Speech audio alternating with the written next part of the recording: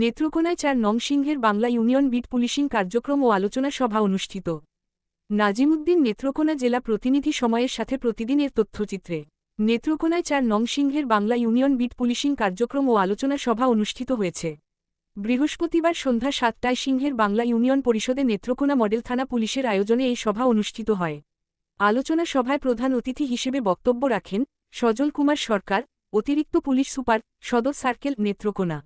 বিশেষ অতিথি হিসেবে বক্তব্য রাখেন মাইশা হান্নানা, এএসপি, শিক্ষানবিশ, Netrokona, Al Mamun, officer in charge, Netrokona model থানা, বাংলাদেশ প্রেসক্লাব, ময়মনসিংহ বিভাগীয় সভাপতি শামীম তালুকদার, ডেইলি নেত্র নিউজের সম্পাদক ও প্রকাশক সাংবাদিক Mehedi Hasan, SI Mohammad Alamgir Munsur, beat in charge ৪ নং সিংহের বাংলা ইউনিয়ন, সহ beat officer ASI Aminul Islam, Netrokona model থানা।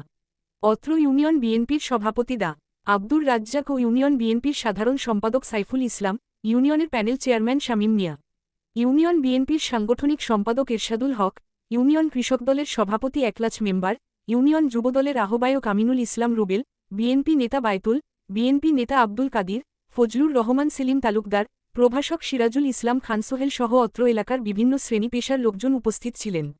এই সময় বক্তারা মাদক, চুরি, জুয়া, ইভটিজিং, বাল্যবিবাহ, সামাজিক অবক্ষয় ও বিভিন্ন সমস্যা এবং সমাধান প্রসঙ্গে কথা বলেন।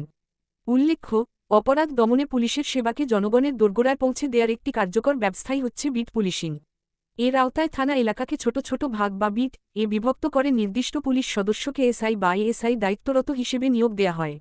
বিট পুলিশিংয়ের মূল লক্ষ্য হচ্ছে জনসম্পৃক্ততা বৃদ্ধি, দ্রুত সেবা, অপরাধ প্রতিরোধ, তথ্য সংগ্রহ, জবাবদিহি ইত্যাদি।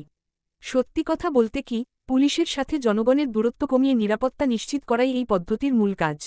আপনাদের বেশ কিছু ইভেন্ট আছে, যেগুলো শেষ করতে মানে রুরাল মানুষের সাথে পরিচয় হওয়া, পরিচিত হয়, এটা কিন্তু পরিচিত পাই পুরো সময় ৯টা, ১২টার ৯টা। তাহলে বাংলা ইউনিয়ন পরিষদের এই মিটিংয়ে আমাদের মাঝে উপস্থিত আছেন অত্র ইউনিয়নের সম্মানিত বিএনপির সভাপতি,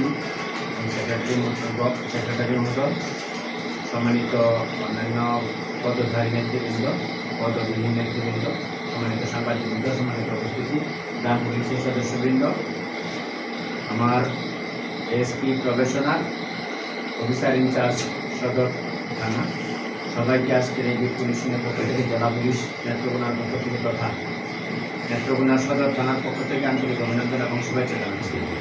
আপনারা যে আসলে সমস্যাগুলো কথা বলেছেন, এগুলো আসলে যথার্থ, বিশেষ করে গরু চুরি, মাদক, এবং আমি এখানে আসার আগে ৩-৪টা জিনিস নোট করেছি। গরু চুরি, মাদক, জুয়াটা হচ্ছে অফলাইন এবং অনলাইন দুই ভার্সনে হচ্ছে।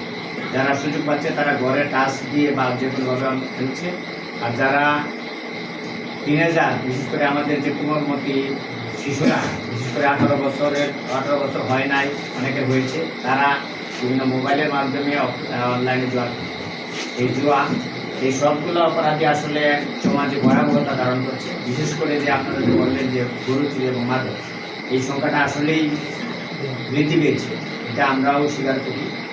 এটা আমরা যে যদি আমি পুলিশের হিসেবে না চিন্তা করি, আমি তো এই আপনাদের সোসাইটির অংশ, আপনাদের মাঝখানে নিয়ে আসবো, তাহলে আমি নিজের প্রতিরক্ষার জন্য কি কাজ করতেছি সেটা আমাকে আগে নিজেকে একটু চিন্তা করতে হবে।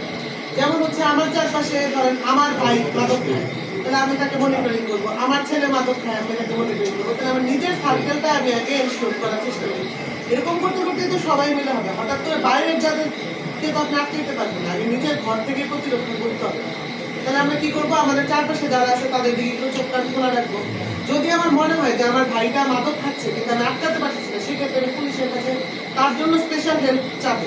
ঠিক আছে। আরেকটা হচ্ছে সিসিটিভির বিষয়। সিসিটিভিটা আমরা সরকারিভাবে চাচ্ছি, অবশ্যই পাবো, কিন্তু আমাদের কাছে সিসিটিভির দাম কিন্তু এখন খুবই কম।